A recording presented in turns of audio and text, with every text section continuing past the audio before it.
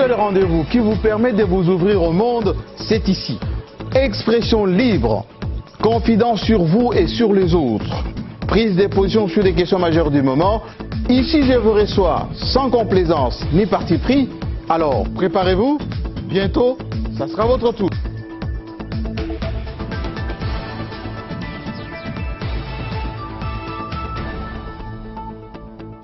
Bonjour.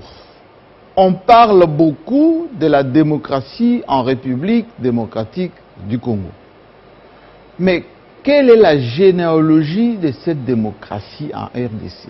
Quels sont les pères de cette démocratie? Ceux qui ont donné naissance et envie à ce peuple d'aspirer à la démocratie. Nos héros. Que reste-t-il de la lutte de Patrice Emery Lumumba, premier ministre de la RDC, de M. Laurent Désiré Kabila, l'héritier de Lumumba, et surtout de celui qui vient d'accéder à cette place importante au Panthéon de la République, Joseph Kabila, qui a cédé le pouvoir dans cette alternance voulue et choisi par les Congolais eux-mêmes. Comment parler de cette physiologie de héros? Le héros, comment vit-il sa vie? La spiritualité de ceux qui aspirent à transcender la vie au quotidien, qui entrent dans l'histoire par la grande porte. Le 16 et le 17, nous avons célébré Laurent Désiré Kabila assassiné le 16 et Patrice Emery Lumumba, assassiné le 17. L'histoire, on l'écrit aussi avec les témoins, comme notre invité du jour, le pasteur et surtout ancien chef de la maison civile du président Joseph Kabila, que je demande de me rejoindre sur ce plateau pour qu'on puisse faire cette émission en toute respectabilité de l'histoire. Et c'est pour cela d'ailleurs que ceux qui sont chez vous, nous avons annoncé cette émission, qu'elle sera l'émission de vérité, l'émission de réécriture de l'histoire, avec Pasteur Mugalou. Bienvenue. Merci beaucoup, Jean-Marie. Vous êtes les grands témoins de l'histoire, vous êtes l'acteur et surtout l'éclaireur des âmes en ce qui concerne les grandes personnalités de ce pays. Vous avez entre vous les livres d'histoire et la Bible. Vous allez nous expliquer la physiologie des héros. Bonne année, bienvenue. Bonne année, Jean-Marie. Installez-vous. Merci. Je l'ai dit tout à l'heure, nous allons faire cette émission pour donner la possibilité, surtout à la jeunesse de la République démocratique du Congo, d'apprendre l'histoire de son pays, d'apprendre qui a fait quoi depuis 1960.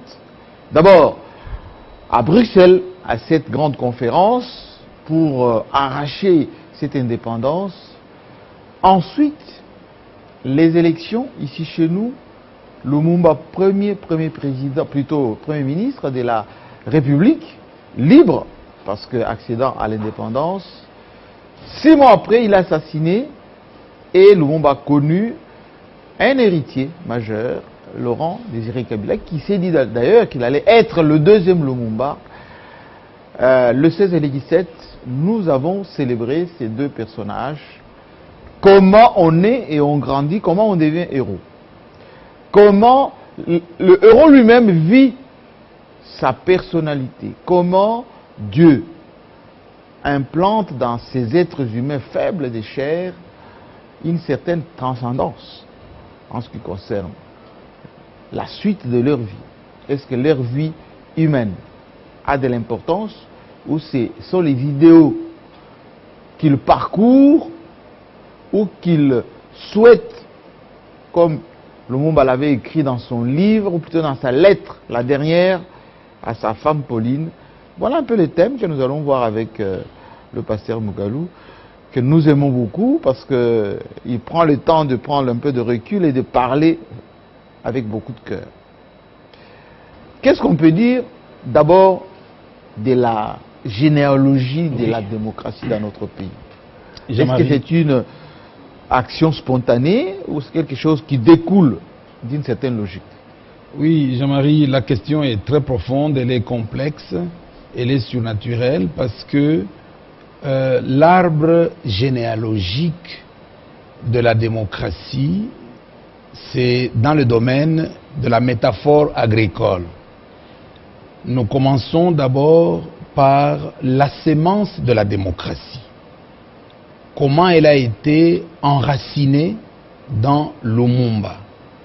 La sémence de la démocratie, nous verrons les moments d'émotion, les moments de la passion, ce sont les moments d'enracinement de la sémence qui est l'idéal politique que Lumumba décrit dans la lettre à sa chère Pauline.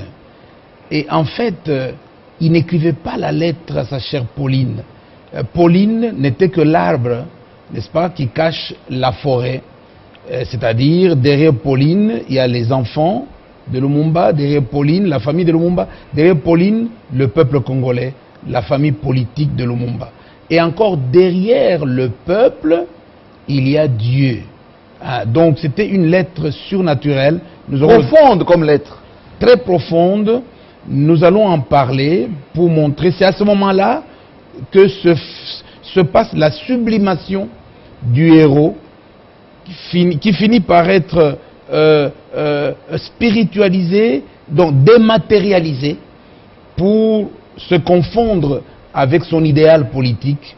Le héros sort du temps, il sort des éléments humains, cosmiques, et il monte, donc Dieu le fait monter. Il le fait monter jusque dans la 6e dimension, la dimension de l'Éden céleste. Mais ici, prenons d'abord Proverbe 21, verset 1. Dieu dit, le cœur du roi, c'est comme un courant d'eau dans les mains de l'Éternel, qui l'incline où il veut. Ça, c'est le premier verset qui montre que le cœur de Baudouin Ier, c'était comme un courant d'eau entre les mains de Dieu, et Dieu a incliné le courant du pouvoir dans le cœur de Lumumba.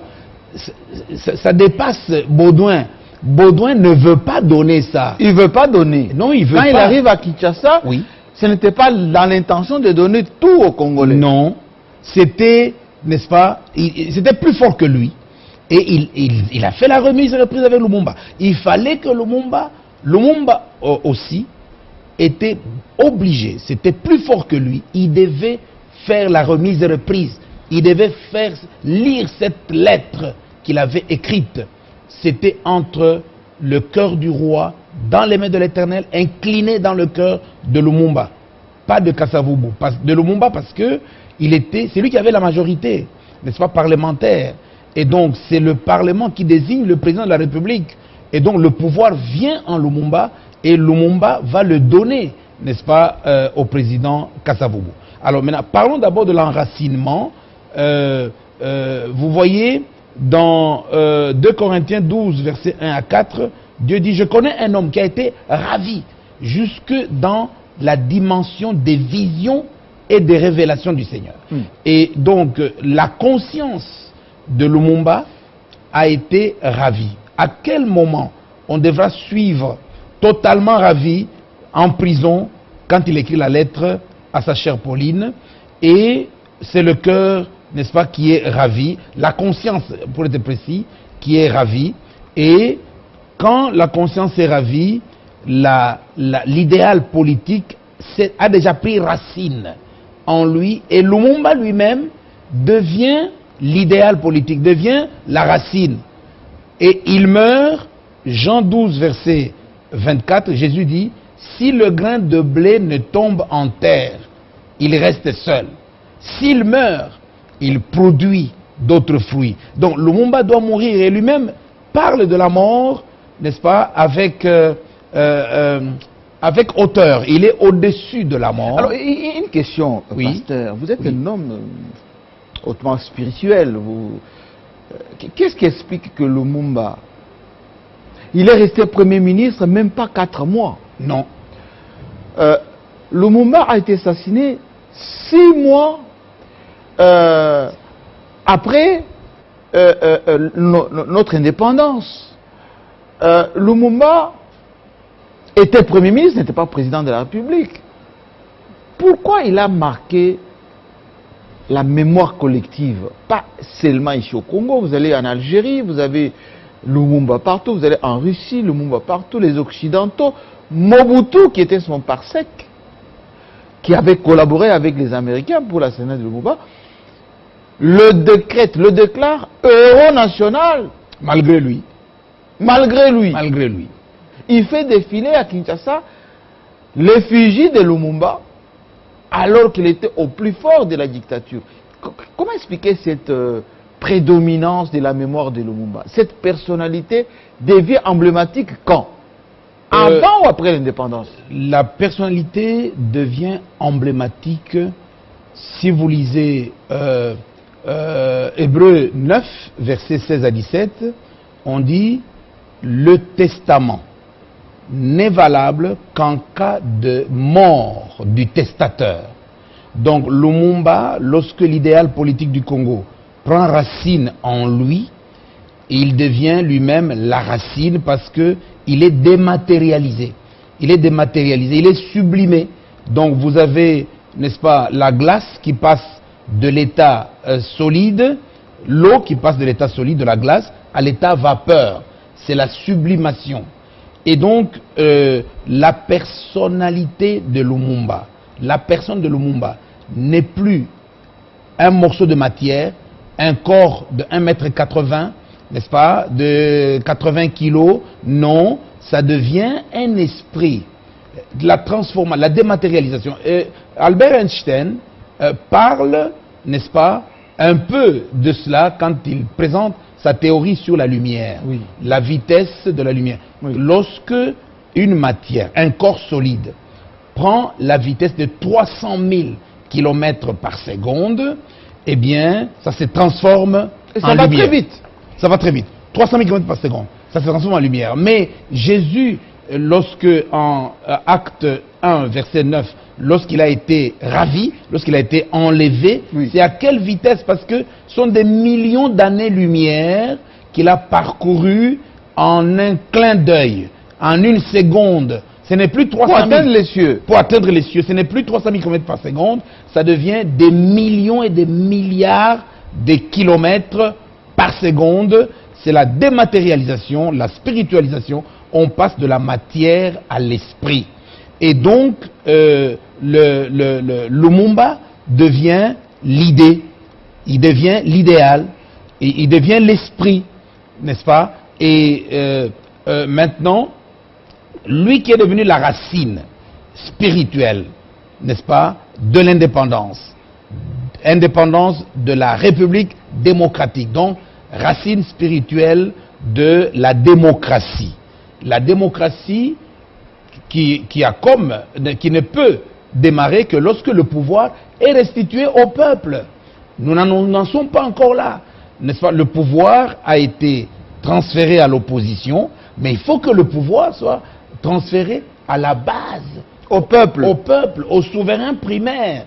Ce n'est pas encore fait. Nous allons en parler. Oui. Et donc, Lumumba, il est dématérialisé, il est maintenant confondu avec l'idéal, il devient la racine du Congo, la racine principale du Congo, parce qu'il y a les martyrs aussi, qui sont aussi dématérialisés. Avec lui qui devient les Polo, oui. Okito, oui. Muzungu, oui. Et Fina plus tard. Fina, oui. Etc. sont des racines secondaires, et la racine principale, Lumumba. Et ainsi, Lumumba enterré, il devient la semence qui est plantée. Et Laurent Désiré Kabila, le jour où Lumumba est assassiné, ce jour-là, le 17 janvier 1961, pourquoi les comploteurs ont senti le besoin de l'amener jusqu'au Katanga? N'oubliez pas qu'il sera assassiné à Chilatembo. Oui. Chilatembo, c'est à 70 km de Likasi lieu de naissance de Laurent Désiré Kabila. Ah bon? Oui. Donc, vous savez, la physiologie étudie, n'est-ce pas, le fonctionnement des organes et aussi les relations entre les organes, le transfert de cette sémence de héros, n'est-ce pas, de Lumumba à Laurent Désiré Kabila, 70 km, n'est-ce pas, de distance entre le lieu de naissance de Laurent Désiré Kabila et le lieu d'assassinat de Lumumba. Et Laurent Désiré Kabila, ce jour-là, il est âgé de 19 ans seulement. Et aujourd'hui, ceux qui sont nés le jour où il a été assassiné, le 16 janvier 2001, n'est-ce pas, 19 ans d'âge. Quelle coïncidence! Quelle coïncidence! Et c'était à 19 ans que Laurent Désiré Kabila, à 70 km du lieu d'assassinat de Lumumba, il apprend que Lumumba est assassiné.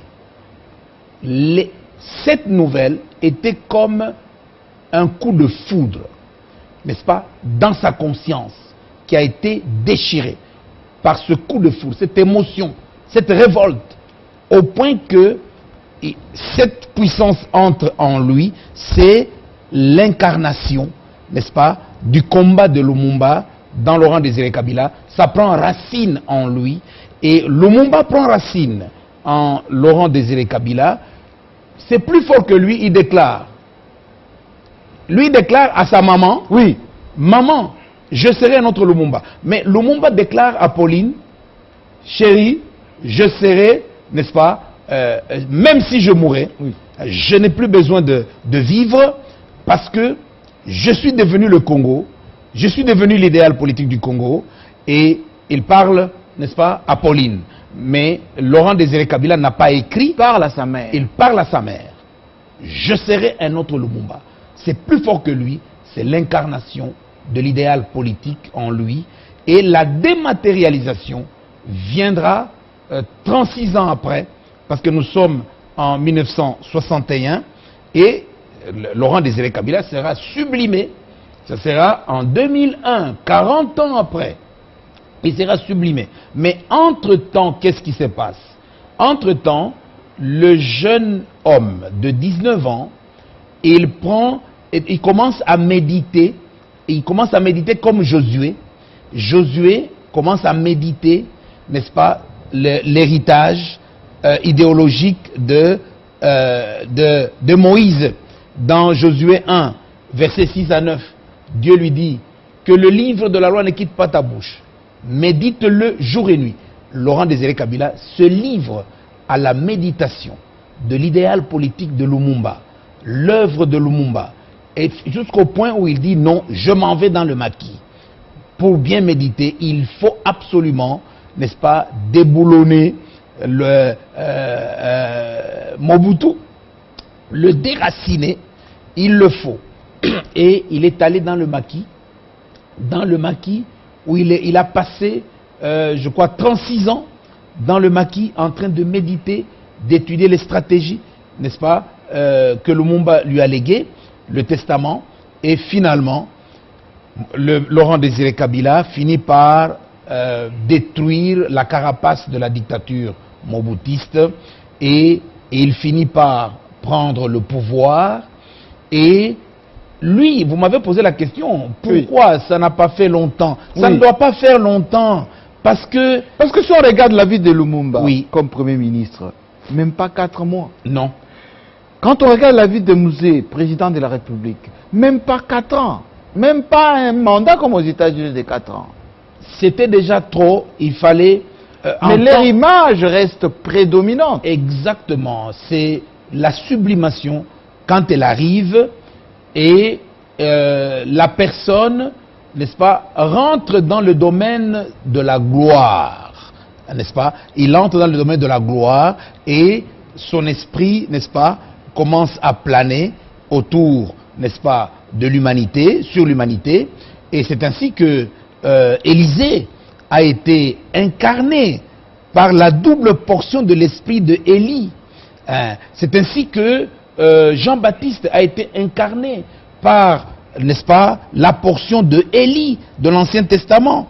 Et c'est ainsi qu'aujourd'hui, n'est-ce pas, nous avons Paul d'abord au début du Nouveau Testament qui a été incarné, n'est-ce pas, par l'esprit de celui qui doit démarrer le Nouveau Testament. Et aujourd'hui, le Nouveau Testament doit être clôturé par un esprit de Élie, et c'est le frère Branham. Les gens ne savent pas ça, c'est pas notre sujet, mais j'en parle, on en parlera un jour. Eh bien, c'est ça, la dématérialisation de Lumumba et la dématérialisation de Laurent Désiré Kabila. Parce que lorsque, selon 2 Corinthiens 12 que j'ai déjà cité, versets 1 à 4, l'âme, la conscience du héros est ravie par Dieu, qu'il élève jusque à sortir du temps, des circonstances. La conscience de Lumumba, la conscience de Laurent Désiré Kabila flotte maintenant au-dessus du temps. Lumumba regarde son corps qui est en dessous. Et lui, il est au-dessus. Le corps reste dans le temps, lui, il est au-dessus du temps. Le corps reste dans la corruption, puisqu'il va mourir décomposé, mais lui est au-dessus de la corruption. C'est ainsi que Lumumba est incorruptible. Et les Belges eux-mêmes l'ont reconnu. Des millions de dollars qui ont été, et des francs belges d'ailleurs, mis à la disposition ici à Kinshasa, au Congo de l'époque, pour corrompre les collaborateurs de Lumumba, certains Congolais, pour donner une autre image de Lumumba. Communiste, l'homme qui tuait les gens Boujima, etc. Mais Lumumba est resté au-dessus. C'était un fonds spécial de corruption que les Belges, n'est-ce pas, que le Parlement belge a voté officiellement. Un fonds qui ne peut pas être contrôlé par le gouvernement. Et ce fonds-là, secret pour la corruption des consciences congolaises. Colette Brackman fait le témoignage. Elle-même, elle est, n'est-ce pas, dégoûtée de découvrir une telle monstruosité, n'est-ce pas, une antivaleur, donc le sommet de l'antivaleur, des antivaleurs. Et c'est ça que nous devons souligner. La source d'une classe politique corrompue, la source des démons de la corruption dans l'espace politique congolais, et les leaders politiques ont été corrompus parce que Lumumba lui-même témoigne, il dit: on m'a proposé des millions de dollars, j'ai refusé. Le fonds là, c'était un fonds de 60 millions ou bien 6 millions de dollars, je ne me rappelle plus le montant. Beaucoup d'argent. Oui. Alors, la hauteur du fonds, eh bien, Lumumba témoigne, on a d'abord proposé de le corrompre. Laisse ça, Lumumba. Ça ne te servira à rien. Tu dois penser à ta femme, à tes enfants. Hein? Prends l'argent et abandonne cet idéal de souveraineté, de la dignité, de démocratie, de restitution du pouvoir au peuple. Laisse ça. Prends l'argent. Il devient incorruptible. Mouzé Laurent Désiré Kabila, on a tenté aussi, n'est-ce pas? Ils ont tenté, mais ils ont échoué. Il avait même coupé le téléphone, n'est-ce pas? À Albright, l'ancien secrétaire à Madame Albright, hein, n'est-ce pas? Qui tentait, n'est-ce pas, de chercher à le corrompre. Mais même les miniers, les frères Bou, les Canadiens, etc., qui lui avaient proposé de céder la souveraineté du Congo. Les miniers proposent toujours la corruption, nous le voyons aujourd'hui. Quand ils arrivent, ils disent: nous vous proposons 50 millions de dollars, donnez-nous ceci. Et c'est le problème justement de code minier que Lumumba voulait changer. Lumumba voulait changer dans ses objectifs opérationnels. Le code minier, il faut que ça se fasse dans l'intérêt du Congo. Or, la conférence de Berlin a été tenue en 1885 février. C'était pour que le sous-sol congolais puisse, n'est-ce pas, appartenir aux Occidentaux. Ils appelaient ça le bien commun. Le bien commun. Et c'est la même chose qui est survenue lorsque... c'est pour ça qu'on l'a assassiné.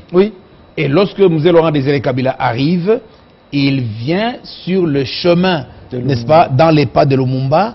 On vient aussi l'assassiner. Joseph Kabila, on devait aussi l'assassiner. Ils ont manqué de l'assassiner plusieurs fois, mais seulement spirituellement, ils ne peuvent pas l'assassiner. Parce que le Joseph Kabila, c'est le chef des travaux. Hein, Chef des travaux. Oui, oui, c'est le chef des travaux. Il n'est pas le professeur. Il met en exécution la vision. Exactement. Il n'est pas comme, n'est-ce pas, le professeur Lumumba, le professeur Laurent Désiré Kabila. Non. Il applique. Oui, lui, il applique. Il est le chef des travaux. Il est héritier, hein, n'est-ce pas? Il n'est pas la sémence. Quelle est la position de Joseph Kabila? Vous avez parlé de la métaphore agricole, l'arbre généalogique de la démocratie. C'est que Lumumba, nous avons déjà démontré, l'idéal politique prend racine, n'est-ce pas, dans sa conscience. Et après, il est enterré, c'est la sémence qui est enterrée. Et la sémence va germer le 17 mai 1997, lorsque Laurent Désiré Kabila prend le pouvoir. Et Laurent Désiré Kabila germe, quelle que soit, n'est-ce pas, l'immensité, la grandeur d'un arbre, le baobab ou bien le sénévé, eh bien, c'est d'abord une herbe. C'est d'abord une herbe dans Marc 4, verset 26 jusqu'à 29. Quand la sémence germe, eh bien, c'est d'abord une herbe. Et cette herbe est fragile. Et c'est ainsi que l'herbe a été fauchée. A été fauchée par les ciseaux occidentaux. Et après avoir fauché l'herbe, eh bien, cette herbe a encore donné un rejeton. Le rejeton Joseph Kabila, qui a germé et a fait grandir l'herbe qui devient l'arbre. Qui devient l'arbre, la République. La République avec la constitution de 2006, n'est-ce pas? C'est-à-dire quoi? Le tronc, c'est le peuple. C'est le peuple. Qui redonne le pouvoir au peuple. Exactement. Le peuple doit voter désormais. Le référendum en 2005, le peuple vote et la constitution, n'est-ce pas, a été promulguée. C'est le tronc. Le tronc Joseph Kabila, le tronc constitutionnel, n'est-ce pas, de la démocratie.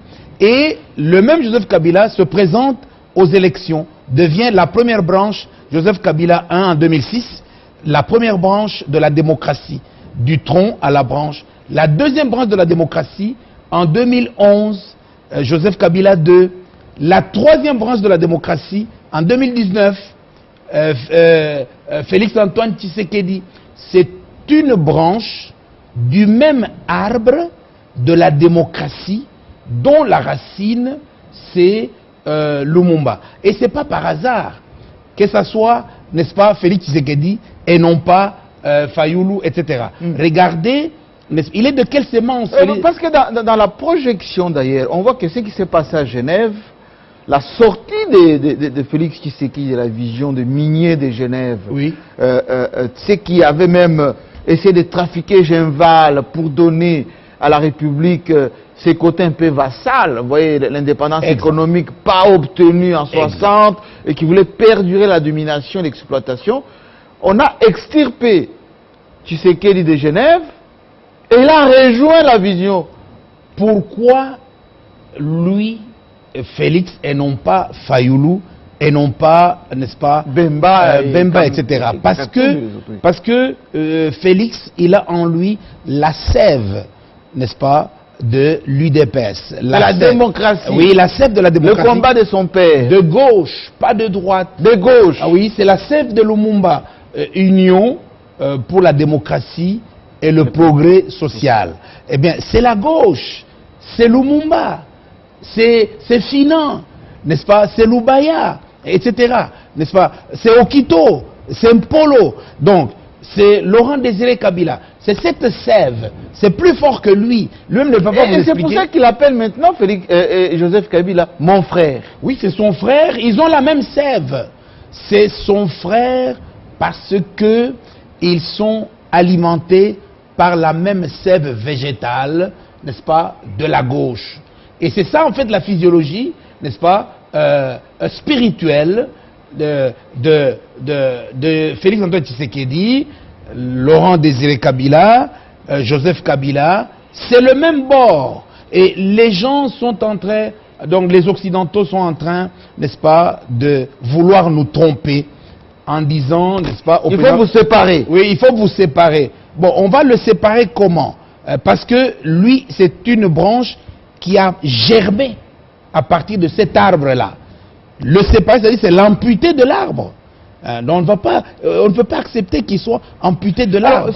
Ces héritiers, pasteur, on comprend maintenant mieux, parce que les gens qui transcendent un petit peu la réflexion triviale, ces héritiers de la démocratie, ces héros qu'on a célébrés les 16 et les 17, comment le peuple peut, lui, s'imprégner de cela à travers ses dirigeants? Exactement. Vient maintenant le besoin, n'est-ce pas, d'expérimenter Josué 1. Que le livre de la loi ne quitte pas ta bouche, médite-le jour et nuit. Il faut qu'il y ait des enseignants. C'est pourquoi Dada Jeannette, n'est-ce pas, c'est la première des enseignantes. C'est une chose extraordinaire qu'elle vient de faire. La leçon publique commémorative, Mzee Laurent Désiré Kabila. Pour, n'est-ce pas, rassembler le peuple congolais, l'initier à méditer comme Josué 1, versets 6 à 9, que le livre de la loi ne quitte pas ta bouche. Médite-le jour et nuit pour que l'idéal politique prenne racine dans ta conscience. Et il faudrait que la camarade Jeannette Kabila en arrive, n'est-ce pas, des leçons, n'est-ce pas, publiques commémoratives. Oui, il faut qu'elle en arrive, que nous puissions la soutenir, l'accompagner, pour qu'elle en arrive à créer l'académie politique. Vous voyez, Mobutu avait créé Makanda Kabobi, oui. Mais il n'avait pas la vision globale de ce qu'il voulait faire. Eh bien, la vision globale... Il n'y avait pas de soubassement. Exactement, il n'y avait pas de soubassement. Et puis, il allait nous inculquer quoi? N'est-ce pas? Les idéaux de la trahison, parce que il est lumumbiste, il est de la gauche. Et il a trahi l'idéal. Il a trahi l'idéal. J'étais avec maman Pauline, n'est-ce pas, avant son décès, oui. Un jour, c'était le 17 janvier, moi dit, comment les relations entre vous, maman Pauline, et Mobutu? Oui. Il dit, Mobutu, mais c'était mon beau-frère. Mais Mobutu venait ici. Mais il dit, Pauline Olambinini. Il dit, mais Koturizangate, Kene Namakusa. Va voir toi-même ce qu'il y a. Il entre, il ouvre le frigo, etc. Donc, c'était un enfant de la maison. Parce que Judas Iscariote, c'était un enfant de la maison de Jésus-Christ, n'est-ce pas? Il avait même la confiance de Jésus, c'est lui qui gérait la caisse, etc. Et donc, il ne pouvait pas. Dieu n'a pas permis que son Makanda Kabobi, n'est-ce pas, puisse, n'est-ce pas, voir le jour prospérer. L'initiative du député Kabila Jeannette. Oui. Comment le peuple peut l'intégrer dans la meilleure connaissance du lumumbisme, de la pensée de Mzee en tant que héros, de cette démocratie qui s'installe désormais, une alternance dans la continuité de la pensée? Comment on peut faire ça? Et c'est sous forme de leçons publiques, sous forme de livres? Est-ce que le programme national de l'éducation primaire et secondaire, même à l'université, doit intégrer cela? Parce que une histoire qui n'est pas partagée, y compris par la jeunesse, et les voit à la chèque, les voit à la mort.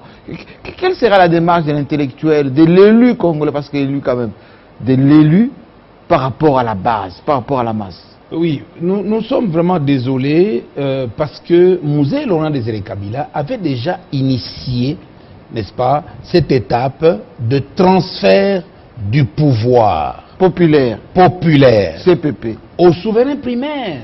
Et c'est ainsi qu'il a créé les CPP, Comité de pouvoir populaire. C'est ainsi qu'il a créé le service national, n'est-ce pas? Le général Kaloumé a bien expliqué, c'était le lieu de brassage, n'est-ce pas? Et le lieu d'ensemencement, n'est-ce pas, de l'idéal politique des pères de l'indépendance.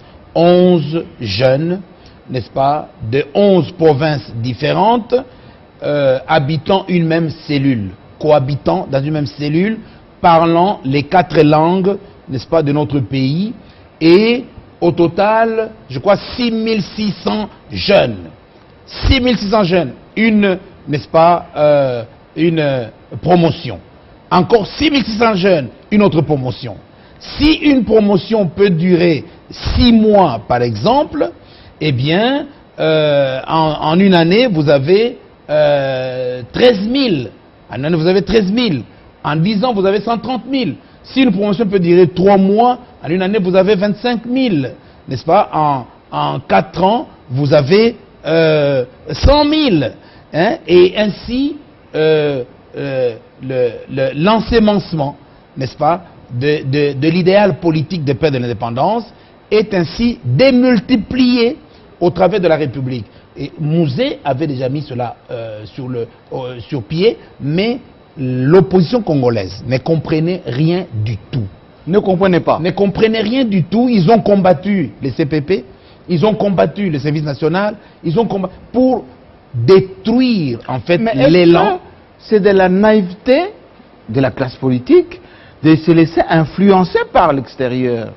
Parce que chaque fois qu'on voit une cohésion des Congolais, quand on voit une union, une idée proposée par exemple, allez, en 1960 par Lumumba, Kassavou, président de la République, lui, Premier ministre, de travailler ensemble sur l'unité nationale, a été battu en brèche par les Occidentaux.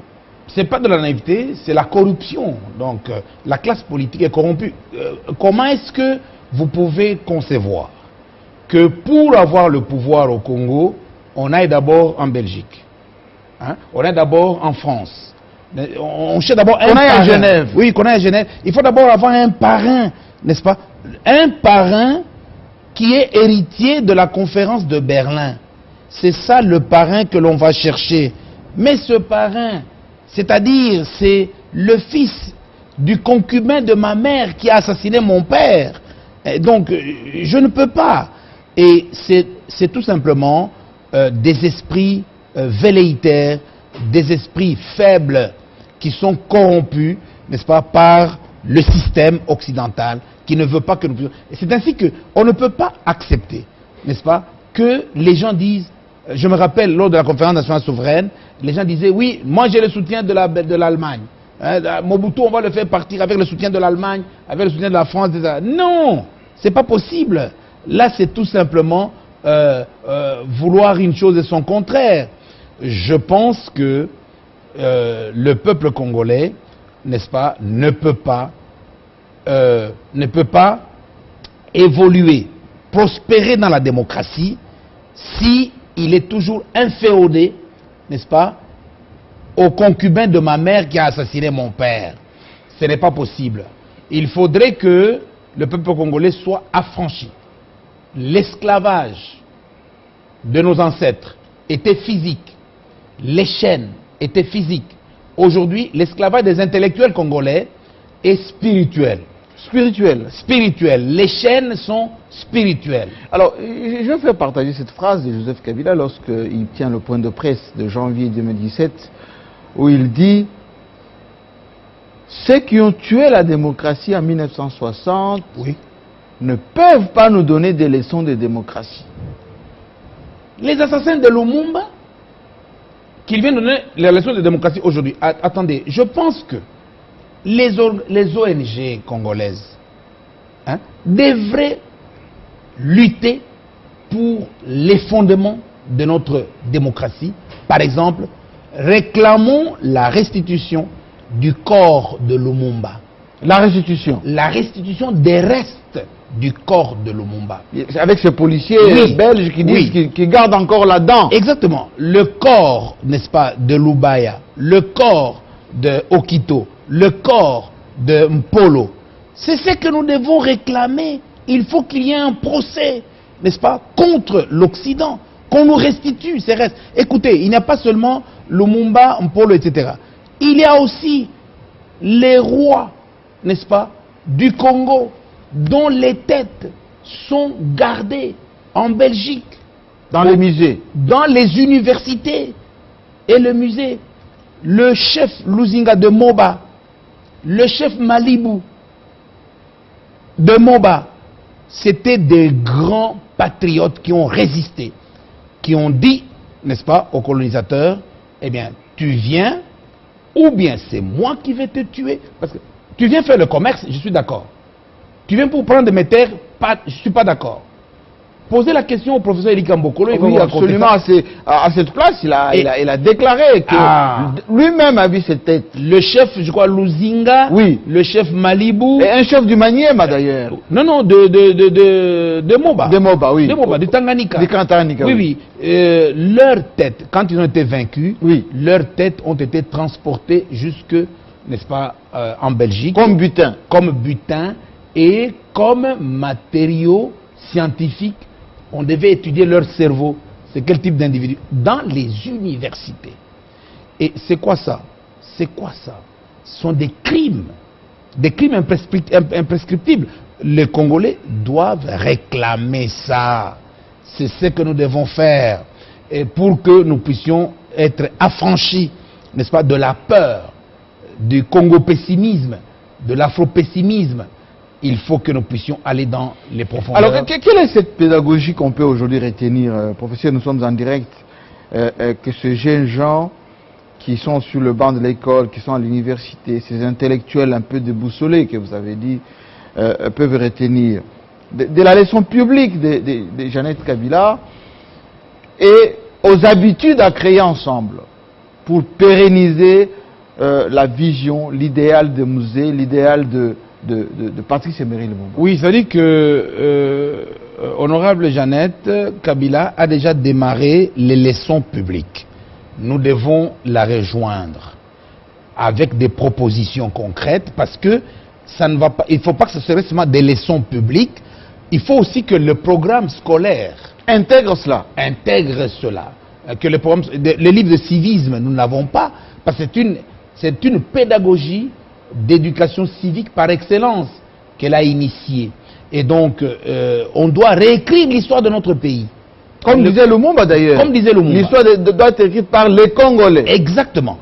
À Kinshasa. Oui, lorsque un président veut qu'on fasse sa biographie, Mobutu est allé chercher, j'ai oublié son nom, un Français, oui, pour faire sa biographie. Oui. Non, c'est l'héritier de l'assassin de mon père, n'est-ce pas, qui était le concubin de ma mère. Oui. On ne peut pas. C'était les concubins du Congo.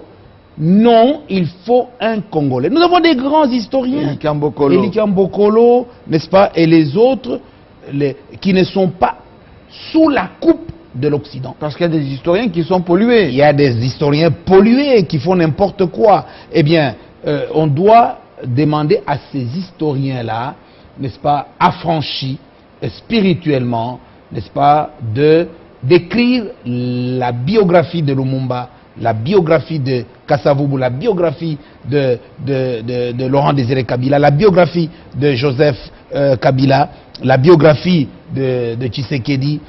Parce que en écrivant leur biographie, c'est un cas concret d'une portion de l'histoire de notre pays. Ce sont les pages de l'histoire de notre pays, la biographie d'un chef de l'État. Et c'est ce que Lumumba avait dit, que l'histoire du Congo ne sera pas écrite à Londres, mais le président Mobutu est allé chercher son biographe français oui, oui, à Paris. Et il y a des Belges qui ont écrit sur lui, etc. Non, oui, non, nous devons, n'est-ce pas, réfléchir et chercher les Congolais patriotes pour réécrire l'histoire de notre pays, parce que ce qui a été fait, ça a été fait sous l'onction de l'assassin de mon père qui était le concubin de ma mère. Terminons cette émission par une question beaucoup plus personnelle. Vous avez dirigé pendant longtemps la maison civile du président Kabila. En quoi ça consiste un chef de maison civile? Il fait quoi concrètement et il s'entoure de quoi? Un peu de la pédagogie pour ceux qui nous suivent. Oui, le chef de la maison civile, il est dans la Bible, hein, c'est Joseph. Hein. Oui. Joseph, dans Genèse 45, versets 8 à 9, Joseph dit ce n'est pas vous qui m'avez vendu, c'est Dieu qui m'a envoyé pour être le père de Pharaon, gouverneur de tous ses biens, de toute sa famille, et lui il était en même temps premier ministre. Et eh bien c'est ça le chef de la maison civile qui doit s'occuper, n'est-ce pas, d'abord de la vie, de la personnalité, parce que le président de la République, il est le père de la nation. Oui. Il est le père de la nation. et il est le commandant suprême des forces armées. Il est le magistrat suprême. Alors le cabinet, le directeur de cabinet s'occupe du magistrat suprême. Le chef de la maison militaire s'occupe du commandant suprême des forces armées. Le chef de la maison civile s'occupe du père de la nation. Du père de la nation. Du père de la nation et de la mère de la nation, donc son épouse. Et c'est ça le travail du chef de la maison civile. Et ça doit être quelqu'un qui doit se sentir, n'est-ce pas, investi de la personne du chef de famille. Parce que c'est lui qui s'occupe maintenant de la famille pour que le président de la République puisse avoir le temps de s'occuper des questions de la nation en tant que magistrat suprême ou bien commandant suprême des forces armées. Et les questions de famille du père de la nation, c'est le chef de la maison civile qui les gère. Je sais que vous êtes dans la même sève, les hommes de Dieu. Vous avez été, avec le président Kabila, votre successeur à ce poste, Monseigneur Mulumba, est aussi un chrétien. Comment ça se passe la transmission? Parce qu'il y a des indiscrétions que vous entendez bien. Toujours la même sève, de la même maison de gauche. Mais Monseigneur Mulumba, on s'est connus, je crois, plusieurs années. Avant? Oui. On a eu le temps de prier ensemble dans sa chambre, n'est-ce pas, à Caritas. Hein, plusieurs fois, on a prié, etc. On est des amis depuis fort longtemps. Et le jour où on a fait la remise de la paix, je lui ai dit, Monseigneur, qui eût cru que j'allais céder mon fauteuil à vous, à mon frère, à mon ami avec qui on a prié ensemble. Oui, oui. Non, et ça continue cette complicité des hommes de Dieu. Mais bien sûr, vous avez suivi une fois, les gens ont raconté toujours les réseaux sociaux, voilà, il y avait le financier du chef de la maison civile Mugalo qui est mort, assassiné, etc. Ou bien il est mort, je crois, des crises ou de quoi. C'est Monseigneur qui avait démenti. Il avait démenti sans que je puisse...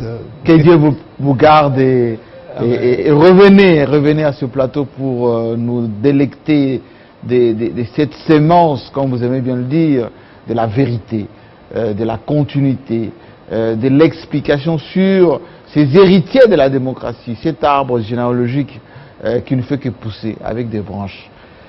Merci beaucoup et bonne année encore. Merci beaucoup, Jean-Marie. Merci. Bonne année. Bonne année. Et à vous aussi, merci beaucoup. Vous passez des bons moments avec votre chaîne pour ces samedis. Votre émission sera rediffusée tout le temps pour vous permettre de comprendre comment marche le Congo, notre Congo, et dans les jours à venir. D'autres viendront s'asseoir ici, toujours, avec le même plaisir. À bientôt. Le seul rendez-vous qui vous permet de vous ouvrir au monde, c'est ici. Expression libre, confidence sur vous et sur les autres. Prise de position sur les questions majeures du moment. Ici, je vous reçois sans complaisance ni parti pris. Alors, préparez-vous. Bientôt, ça sera votre tour.